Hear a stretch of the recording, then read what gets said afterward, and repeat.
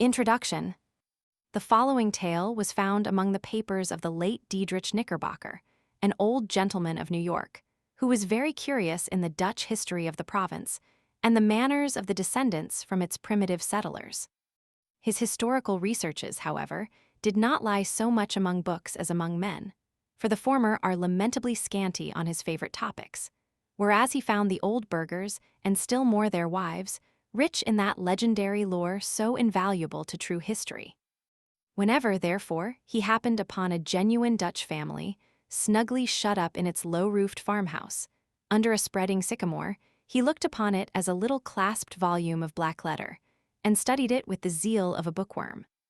The result of all these researches was a history of the province during the reign of the Dutch governors, which he published some years since.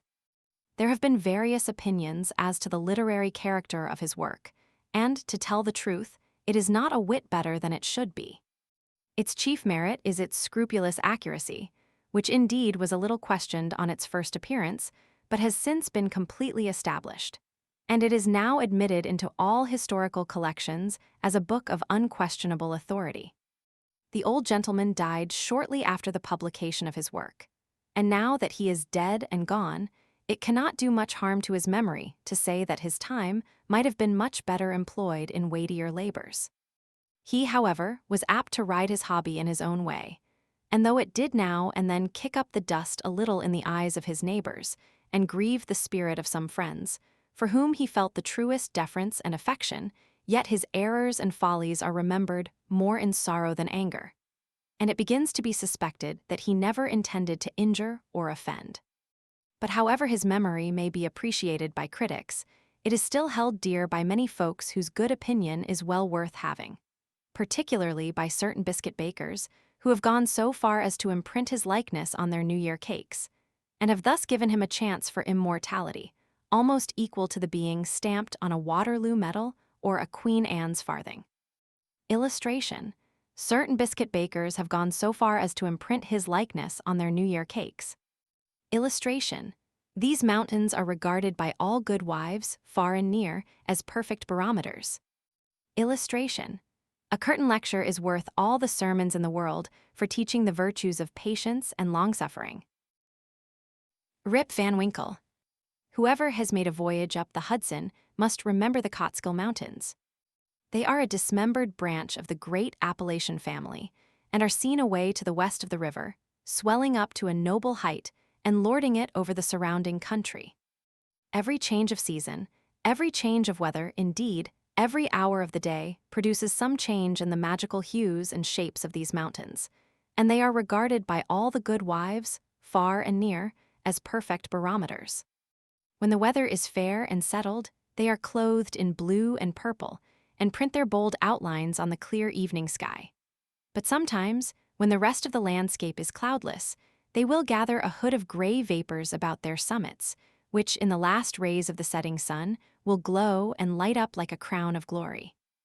At the foot of these fairy mountains, the voyager may have descried the light smoke curling up from a village, whose shingle roofs gleam among the trees, just where the blue tints of the upland melt away into the fresh green of the nearer landscape.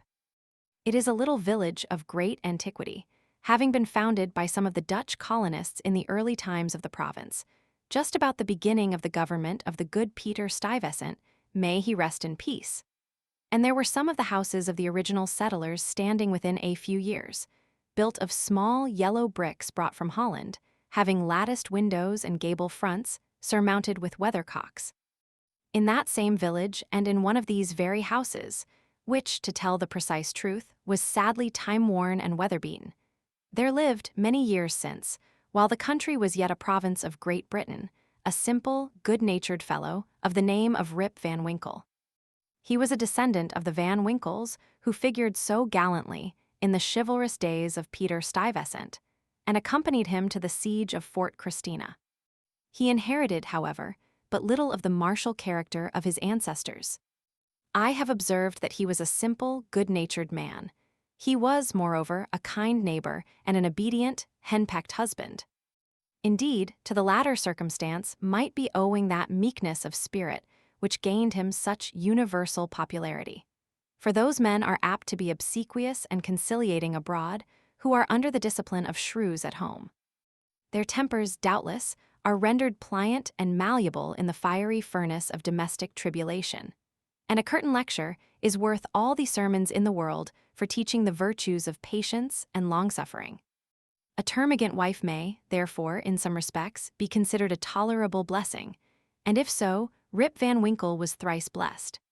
Certain it is that he was a great favorite among all the good wives of the village, who, as usual with the amiable sex, took his part in all family squabbles, and never failed, whenever they talked those matters over in their evening gossipings, to lay all the blame on Dame Van Winkle.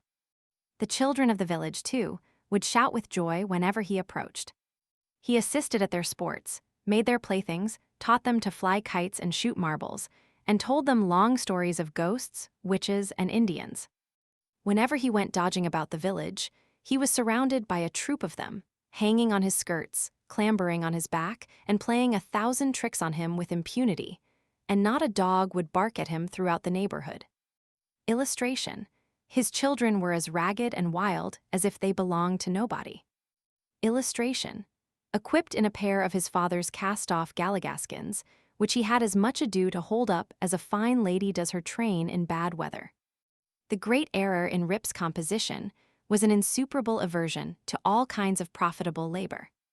It could not be for want of assiduity or perseverance, for he would sit on a wet rock, with a rod as long and heavy as a Tartar's lance, and fish all day without a murmur, even though he should not be encouraged by a single nibble.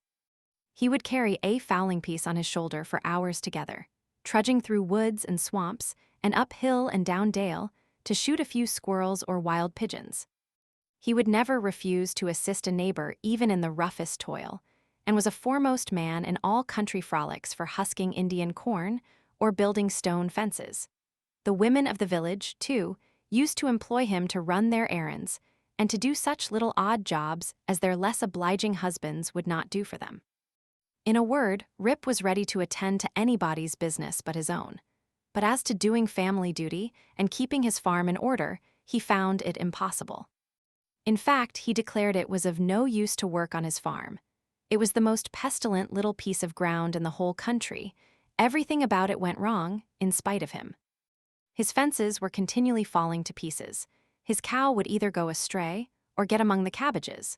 Weeds were sure to grow quicker in his fields than anywhere else.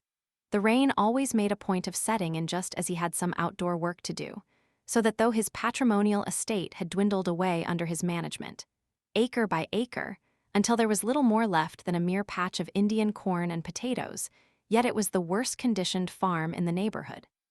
His children, too, were as ragged and wild as if they belonged to nobody. His son Rip, an urchin begotten in his own likeness, promised to inherit the habits with the old clothes of his father.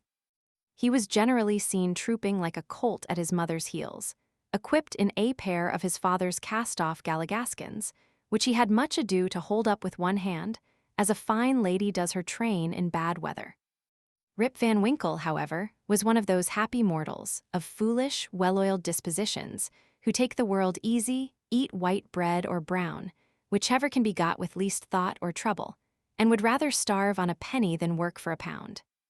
If left to himself, he would have whistled life away in perfect contentment, but his wife kept continually dinning in his ears about his idleness, his carelessness, and the ruin he was bringing on his family.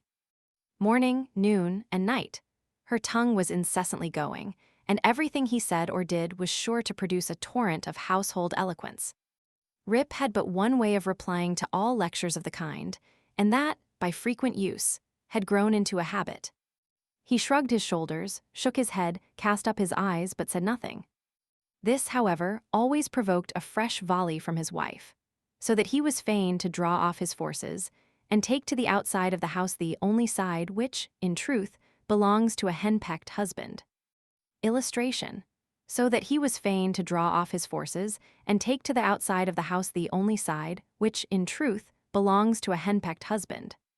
Rip's sole domestic adherent was his dog Wolf, who was as much henpecked as his master.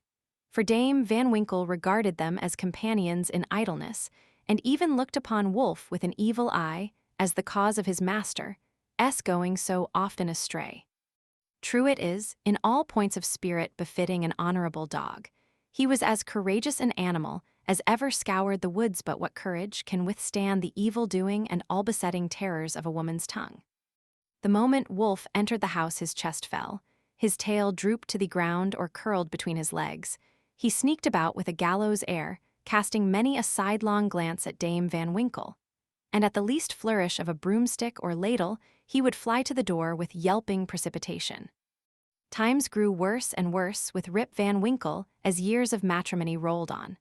A tart temper never mellows with age, and a sharp tongue is the only edged tool that grows keener with constant use. For a long while he used to console himself, when driven from home, by frequenting a kind of perpetual club of the sages, philosophers, and other idle personages of the village, which held its sessions on a bench before a small inn, designated by a rubicund portrait of His Majesty, George III. Here they used to sit in the shade through a long, lazy summer's day, talking listlessly over village gossip, or telling endless, sleepy stories about nothing. But it would have been worth any statesman's money to have heard the profound discussions that sometimes took place, when by chance an old newspaper fell into their hands from some passing traveler. How solemnly they would listen to the contents, as drawled out by Derrick Van Bummel, the schoolmaster, a dapper, learned little man, who was not to be daunted by the most gigantic word in the dictionary, and how sagely they would deliberate upon public events some months after they had taken place.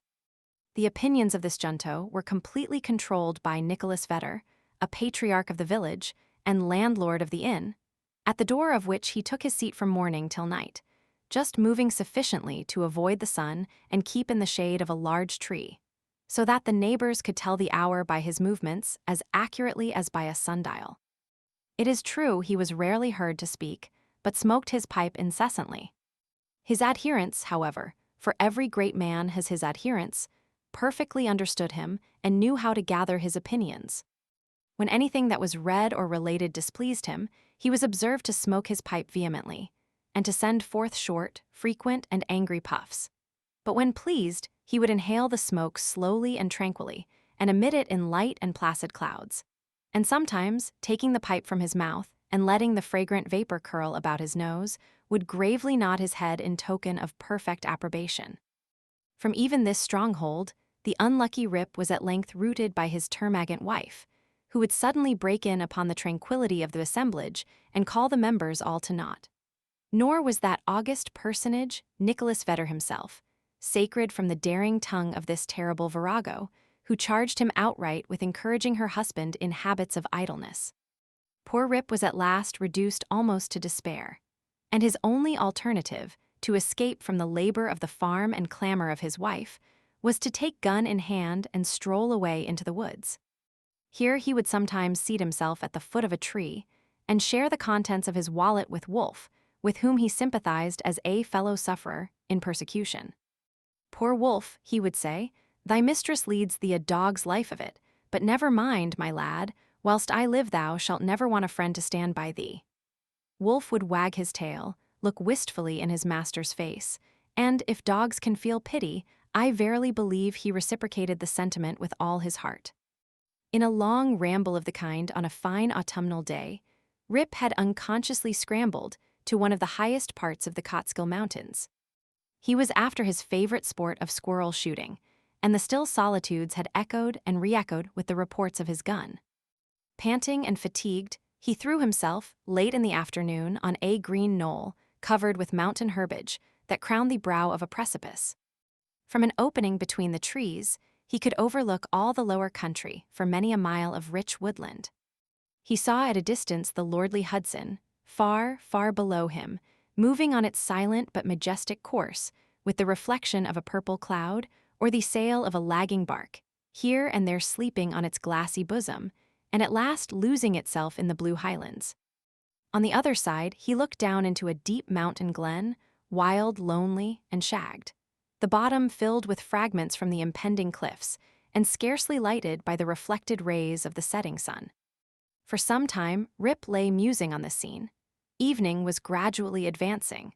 The mountains began to throw their long blue shadows over the valleys, He saw that it would be dark long before he could reach the village, and he heaved a heavy sigh when he thought of encountering the terrors of Dame Van Winkle. As he was about to descend, he heard a voice from a distance hallooing, "Rip Van Winkle! Rip Van Winkle!" He looked round, but could see nothing but a crow winging its solitary flight across the mountain.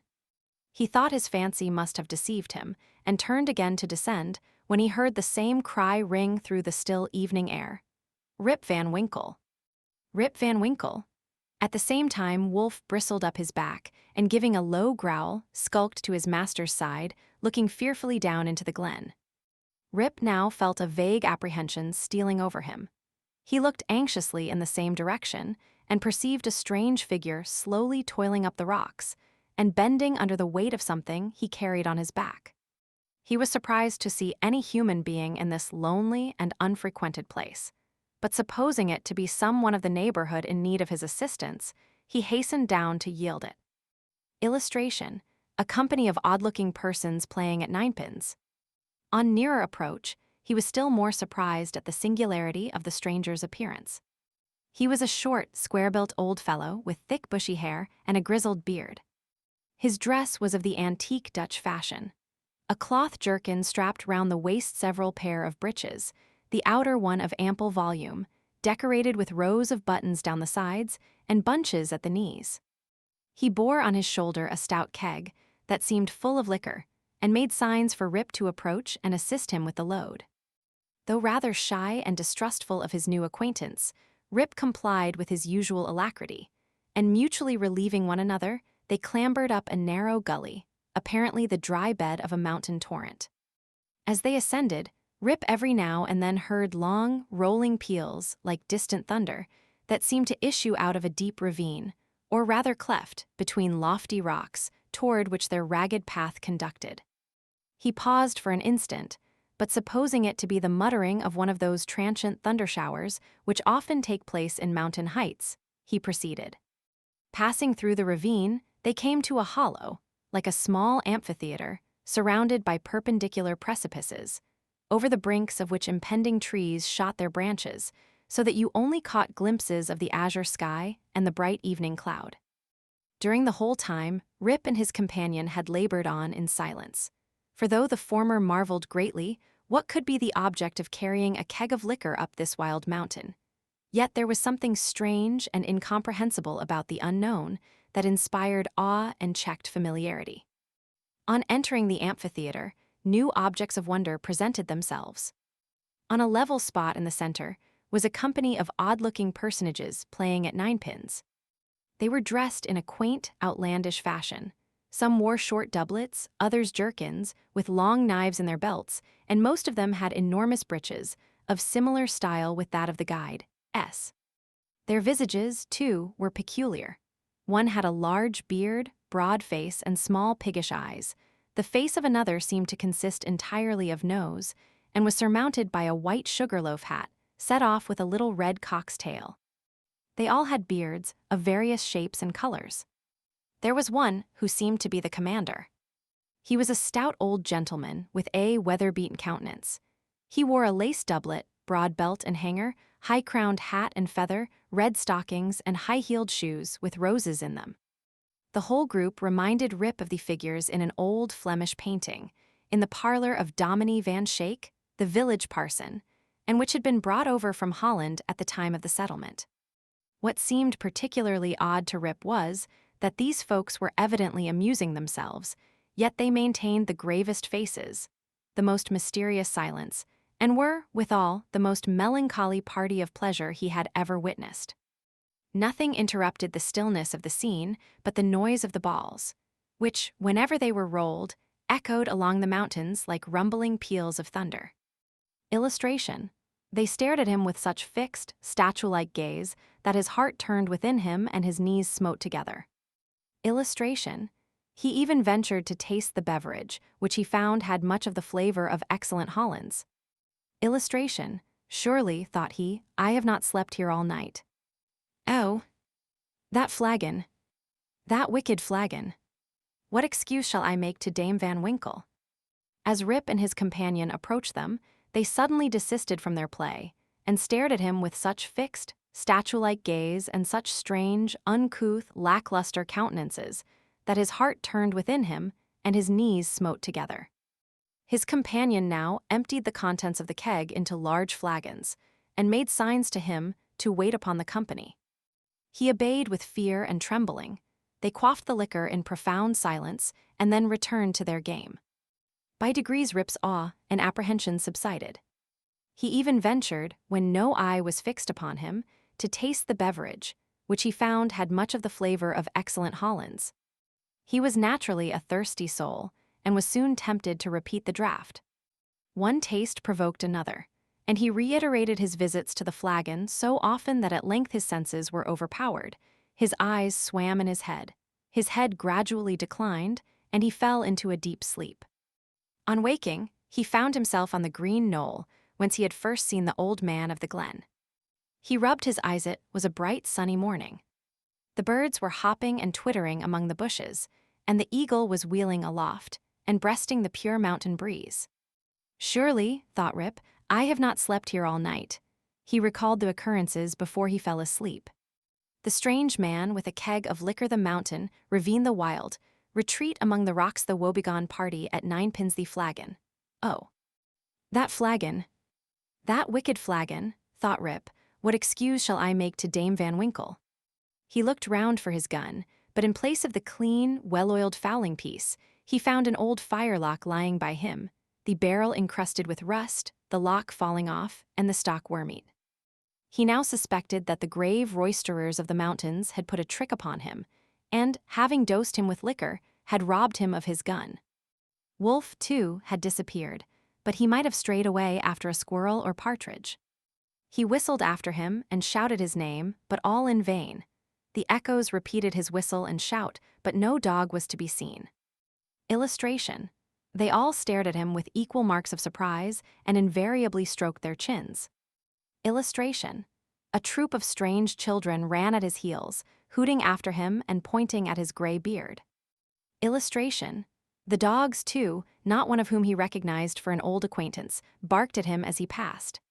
He determined to revisit the scene of the last evening's gamble, and if he met with any of the party, to demand his dog and gun.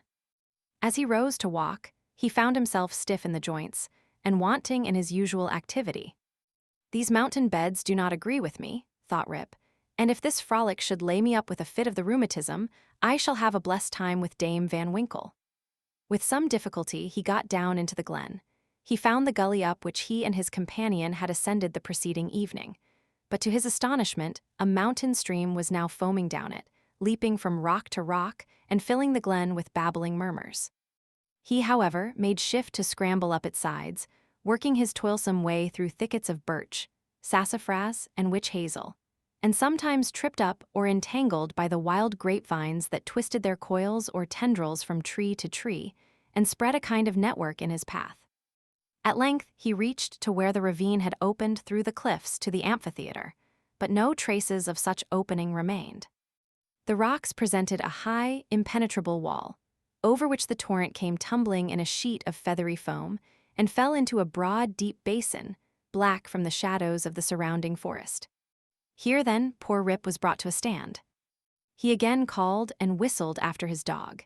He was only answered by the cawing of a flock of idle crows, sporting high in the air about a dry tree that overhung a sunny precipice, and who, secure in their elevation, seemed to look down and scoff at the poor man's perplexities. What was to be done? The morning was passing away, and Rip felt famished for want of his breakfast. He grieved to give up his dog and gun. He dreaded to meet his wife, but it would not do to starve among the mountains. He shook his head, shouldered the rusty firelock, and with a heart full of trouble and anxiety, turned his steps homeward. As he approached the village, he met a number of people, but none whom he knew, which somewhat surprised him, for he had thought himself acquainted with every one in the country round. Their dress, too, was of a different fashion from that to which he was accustomed. They all stared at him with equal marks of surprise, and whenever they cast their eyes upon him, invariably stroked their chins. The constant recurrence of this gesture induced Rip, involuntarily, to do the same, when, to his astonishment, he found his beard had grown a foot long. He had now entered the skirts of the village. A troop of strange children ran at his heels, hooting after him and pointing at his gray beard. The dogs, too, not one of whom he recognized for an old acquaintance, barked at him as he passed. The very village was altered. It was larger and more populous. There were rows of houses which he had never seen before, and those which had been his familiar haunts had disappeared. Strange names were over the doors, strange faces, at the windows everything was strange. His mind now misgave him. He began to doubt whether both he and the world around him were not bewitched. Surely this was his native village, which he had left but the day before. There stood the Kaatskill Mountains there, ran the silver Hudson at a distance there, was every hill and dale precisely as it had always been. Rip was sorely perplexed. That flagon last night, thought he, has addled my poor head sadly. Illustration, he found the house gone to decay. My very dog, sighed poor Rip, has forgotten me. Illustration, they crowded round him, eyeing him from head to foot with great curiosity. It was with some difficulty that he found the way to his own house, which he approached with silent awe, expecting every moment to hear the shrill voice of Dame Van Winkle. He found the house gone to decay, the roof had fallen in, the windows shattered, and the doors off the hinges. A half-starved dog that looked like Wolf was skulking about it. Rip called him by name, but the cur snarled, showed his teeth, and passed on. This was an unkind cut indeed. My very dog, sighed poor Rip, has forgotten me. He entered the house, which, to tell the truth, Dame Van Winkle had always kept in neat order. It was empty, forlorn, and apparently abandoned. This desolateness overcame all his connubial fears. He called loudly for his wife and children. The lonely chambers rang for a moment with his voice, and then all again was silence. He now hurried forth and hastened to his old resort, the village inn, but it too was gone. A large, rickety wooden building stood in its place, with great gaping windows, some of them broken and mended with old hats and petticoats, and over the door was painted, "The Union Hotel" by Jonathan Doolittle. Instead of the great tree that used to shelter the quiet little Dutch inn of yore, there now was reared a tall, naked pole, with something on the top that looked like a red nightcap, and from it was fluttering a flag, on which was a singular assemblage of stars and stripes. All this was strange and incomprehensible. He recognized on the sign, however, the ruby face of King George, under which he had smoked so many a peaceful pipe, but even this was singularly metamorphosed. The red coat was changed for one of blue and buff, a sword was held in the hand instead of a scepter, the head was decorated with a cocked hat, and underneath was painted in large characters, "General Washington." There was, as usual, a crowd of folk about the door, but none that Rip recollected. The very character of the people seemed changed. There was a busy, bustling, disputatious tone about it, instead of the accustomed phlegm and drowsy tranquility. He looked in vain for the sage Nicholas Vedder, with his broad face, double chin, and fair long pipe, uttering clouds of tobacco smoke instead of idle speeches, or Van Bummel, the schoolmaster, doling forth the contents of an ancient newspaper. In place of these, a lean, bilious-looking fellow, with his pockets full of handbills, was haranguing vehemently about rights of citizens, elections, members of Congress, Liberty Bunkers, Hill Heroes of 76, and other words, which were a perfect Babylonish jargon to the bewildered Van Winkle. The appearance of Rip, with his long, grizzled beard, his rusty fowling piece, his uncouth dress, and an army of women and children at his heels, soon attracted the attention of the tavern politicians. They crowded round him, eyeing him from head to foot with great curiosity. The orator bustled up to him, and drawing him partly aside, inquired on which side he voted. Rip stared in vacant stupidity. Another short but busy little fellow pulled him by the arm and, rising on tiptoe, inquired in his ear whether he was Federal or Democrat. Rip was equally at a loss to comprehend the question, when a knowing, self-important old gentleman in a sharp cocked hat made his way through the crowd, putting them to the right and left with his elbows as he passed, and planting himself before Van Winkle with one arm akimbo, the other resting on his cane, his keen eyes and sharp hat penetrating, as it were, into his very soul, demanded in an austere tone, what brought him to the election with a gun on his shoulder and a mob at his heels, and whether he meant to breed a riot in the village. Alas! "Gentlemen," cried Rip, somewhat dismayed. "I am a poor quiet man, a native of the place and a loyal subject of the king, God bless him." Here a general shout burst from the bystanders. "A Tory! A Tory! A spy! A refugee! Hustle him! Away with him!" It was with great difficulty that the self-important man in the cocked hat restored order, and having assumed a tenfold austerity of brow, demanded again of the unknown culprit what he came there for and whom he was seeking. The poor man humbly assured him that he meant no harm, but merely came there in search of some of his neighbors, who used to keep about the tavern. "Well, who are they? Name them." Rip bethought himself a moment and inquired, "Where's Nicholas Vedder?" There was a silence for a little while, when an old man replied in a thin, piping voice, "Nicholas Vedder. Why, he is dead and gone these 18 years. There was a wooden tombstone in the churchyard that used to tell all about him, but that's rotten and gone too. Where is Bram Dutcher? Oh, he went off to the army in the beginning of the war.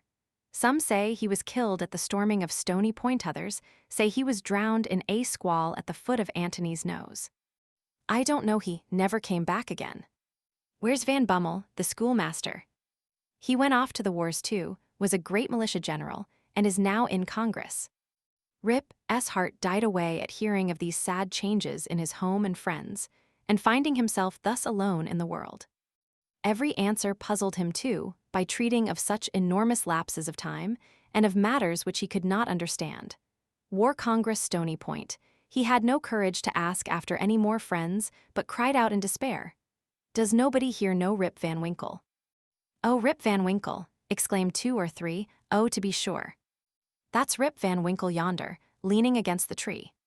Rip looked and beheld a precise counterpart of himself as he went up the mountain, apparently as lazy and certainly as ragged. The poor fellow was now completely confounded. He doubted his own identity, and whether he was himself or another man. In the midst of his bewilderment, the man in the cocked hat demanded who he was, and what was his name. "God knows," exclaimed he, at his wit's end. "I'm not myself, I'm somebody else, that's me yonder, know that somebody else got into my shoes, I was myself last night. But I fell asleep on the mountain, and they've changed my gun, and everything's changed, and I can't tell what's my name or who I am." The bystanders began now to look at each other, nod, wink significantly, and tap their fingers against their foreheads. There was a whisper, also, about securing the gun, and keeping the old fellow from doing mischief, at the very suggestion of which the self-important man in the cocked hat retired with some precipitation. At this critical moment, a fresh, comely woman pressed through the throng to get a peep at the gray-bearded man. She had a chubby child in her arms, which, frightened at his looks, began to cry. "Hush, Rip," cried she, "hush, you little fool, the old man won't hurt you." The name of the child, the air of the mother, the tone of her voice, all awakened a train of recollections in his mind. "What is your name, my good woman?" asked he. Illustration: Peter was the most ancient inhabitant of the village, p. 24. Judith Gardenier. "And your father's name?" "Ah, poor man, Rip Van Winkle was his name, but it's 20 years since he went away from home with his gun and never has been heard of since. His dog came home without him. But whether he shot himself, or was carried away by the Indians, nobody can tell. I was then but a little girl." Rip had but one question more to ask, but he put it with a faltering voice. "Where's your mother?" "Oh, she too had died but a short time since. She broke a blood vessel in a fit of passion at a New England peddler." There was a drop of comfort, at least, in this intelligence. The honest man could contain himself no longer. He caught his daughter and her child in his arms. "I am your father," cried he. "Young Rip Van Winkle, once old Rip Van Winkle now. Does nobody know poor Rip Van Winkle?" All stood amazed, until an old woman, tottering out from among the crowd, put her hand to her brow, and peering under it in his face for a moment, exclaimed, "Sure enough. It is Rip Van Winkle, it is himself. Welcome home again, old neighbor. Why, where have you been these 20 long years?" Rip's story was soon told, for the whole 20 years had seemed to him as but one night. The neighbors stared when they heard it. Some were seen to wink at each other, and put their tongues in their cheeks, and the self-important man in the cocked hat, who, when the alarm was over, had returned to the field, screwed down the corners of his mouth, and shook his head, upon which there was a general shaking of the head throughout the assemblage. It was determined, however, to take the opinion of old Peter Vanderdonk, who was seen slowly advancing up the road. He was a descendant of the historian of that name, who wrote one of the earliest accounts of the province. Peter was the most ancient inhabitant of the village, and well versed in all the wonderful events and traditions of the neighborhood. He recollected Rip at once, and corroborated his story in the most satisfactory manner. He assured the company that it was a fact, handed down from his ancestor the historian, that the Kaatskill Mountains had always been haunted by strange beings. That it was affirmed that the great Hendrik Hudson, the first discoverer of the river and country, kept a kind of vigil there every 20 years, with his crew of the Half Moon, being permitted in this way to revisit the scenes of his enterprise, and keep a guardian eye upon the river and the great city called by his name. That his father had once seen them in their old Dutch dresses playing at ninepins in a hollow of the mountain, and that he himself had heard, one summer afternoon, the sound of their balls like distant peals of thunder. To make a long story short, the company broke up and returned to the more important concerns of the election. Rip's daughter took him home to live with her. She had a snug, well-furnished house and a stout, cheery farmer for a husband, whom Rip recollected for one of the urchins that used to climb upon his back. As to Rip's son and heir, who was the ditto of himself, seen leaning against the tree, he was employed to work on the farm, but evinced an hereditary disposition to attend to anything else but his business. Rip now resumed his old walks and habits. He soon found many of his former cronies, though all rather the worse for the wear and tear of time, and preferred making friends among the rising generation, with whom he soon grew into great favor. Illustration. He preferred making friends among the rising generation, with whom he soon grew into great favor. Illustration. The Kaatskill Mountains had always been haunted by strange beings. Illustration. The Kaatskill or Kaatskill Mountains have always been a region full of fable. Having nothing to do at home, and being arrived at that happy age when a man can be idle with impunity, he took his place once more on the bench at the inn door, and was reverenced as one of the patriarchs of the village, and a chronicle of the old times before the war. It was some time before he could get into the regular track of gossip, or could be made to comprehend the strange events that had taken place during his torpor. How that there had been a revolutionary war, that the country had thrown off the yoke of old England, and that, instead of being a subject of His Majesty George III, he was now a free citizen of the United States. Rip, in fact, was no politician. The changes of states and empires made but little impression on him, but there was one species of despotism under which he had long groaned, and that was petticoat government. Happily, that was at an end. He had got his neck out of the yoke of matrimony, and could go in and out whenever he pleased, without dreading the tyranny of Dame Van Winkle. Whenever her name was mentioned, however, he shook his head, shrugged his shoulders, and cast up his eyes, which might pass either for an expression of resignation to his fate or joy at his deliverance. He used to tell his story to every stranger that arrived at Mr. Doolittle's hotel. He was observed, at first, to vary on some points every time he told it, which was, doubtless, owing to his having so recently awaked. It at last settled down precisely to the tale I have related, and not a man, woman, or child in the neighborhood but knew it by heart. Some always pretended to doubt the reality of it, and insisted that Rip had been out of his head, and that this was one point on which he always remained flighty. The old Dutch inhabitants, however, almost universally gave it full credit. Even to this day, they never hear a thunderstorm of a summer afternoon about the Kaatskill, but they say Hendrik Hudson and his crew are at their game of ninepins, and it is a common wish of all henpecked husbands in the neighborhood, when life hangs heavy on their hands, that they might have a quieting draught out of Rip Van Winkle's flagon. Note: the foregoing tale, one would suspect, had been suggested to Mr. Knickerbocker by a little German superstition about the Emperor Frederick der Rothbart and the Kiffosser Mountain. The subjoined note, however, which he had appended to the tale, shows that it is an absolute fact, narrated with his usual fidelity. The story of Rip Van Winkle may seem incredible to many, but nevertheless, I give it my full belief. For I know the vicinity of our old Dutch settlements to have been very subject to marvelous events and appearances. Indeed, I have heard many stranger stories than this, in the villages along the Hudson, all of which were too well authenticated to admit of a doubt. I have even talked with Rip Van Winkle myself, who, when last I saw him, was a very venerable old man, and so perfectly rational and consistent on every other point, that I think no conscientious person could refuse to take this into the bargain. Nay, I have seen a certificate on the subject taken before a country justice and signed with a cross, in the justice's own handwriting. The story, therefore, is beyond the possibility of doubt. Day. K. Postscript. The following are traveling notes from a memorandum book of Mr. Knickerbocker. The Cotsberg or Kaatskill Mountains have always been a region full of fable. The Indians considered them the abode of spirits, who influenced the weather, spreading sunshine or clouds over the landscape and sending good or bad hunting seasons.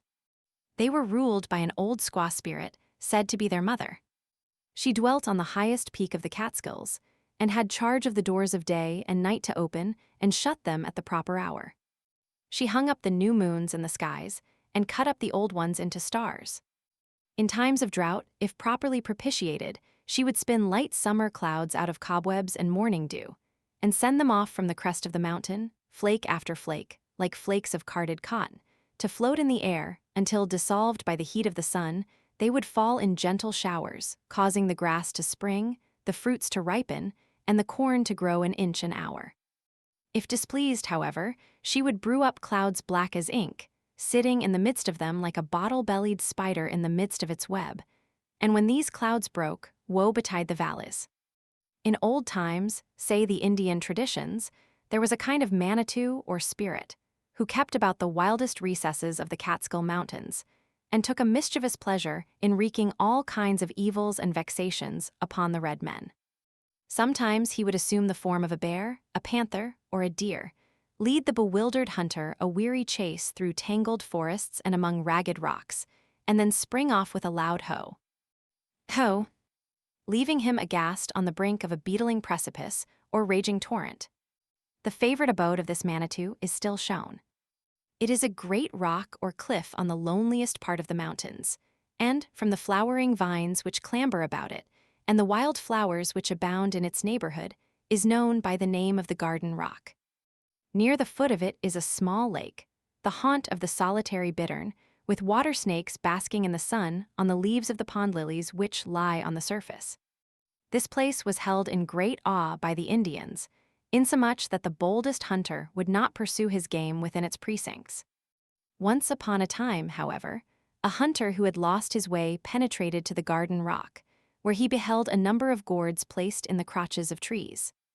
One of these he seized and made off with it, but in the hurry of his retreat he let it fall among the rocks, when a great stream gushed forth, which washed him away and swept him down precipices, where he was dashed to pieces, and the stream made its way to the Hudson, and continues to flow to the present day, being the identical stream known by the name of the Kaatskill.